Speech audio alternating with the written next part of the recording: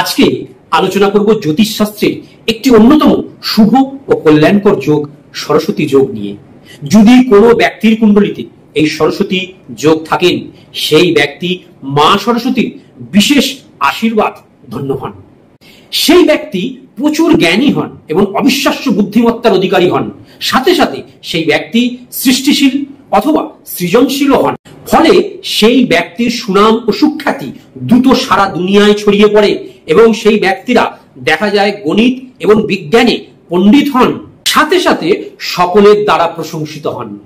আপনার সন্তানের কুণ্ডলিতেও এইরকম কোন শুভ যোগ আছে কিনা তা জানতে, বা কোন বয়সে এইরকম শুভ যোগগুলি ফল দেওয়া শুরু করবে পুরোপুরিভাবে তা জানতে, অথবা কোন গ্রহের মন্ত্র বা কোন দেবদেবীর মন্ত্র জপ করলে এই ধরনের শুভ যোগ আপনার সন্তানের কুণ্ডলিতে দ্রুত অ্যাক্টিভেট হতে পারে তা জানতে আপনারা অবশ্যই স্ক্রিনে দেওয়া এই নাম্বারগুলোতে দ্রুত যোগাযোগ করে আমাদের সঙ্গে অনলাইন অ্যাপয়েন্টমেন্ট বুক করে ফেলুন।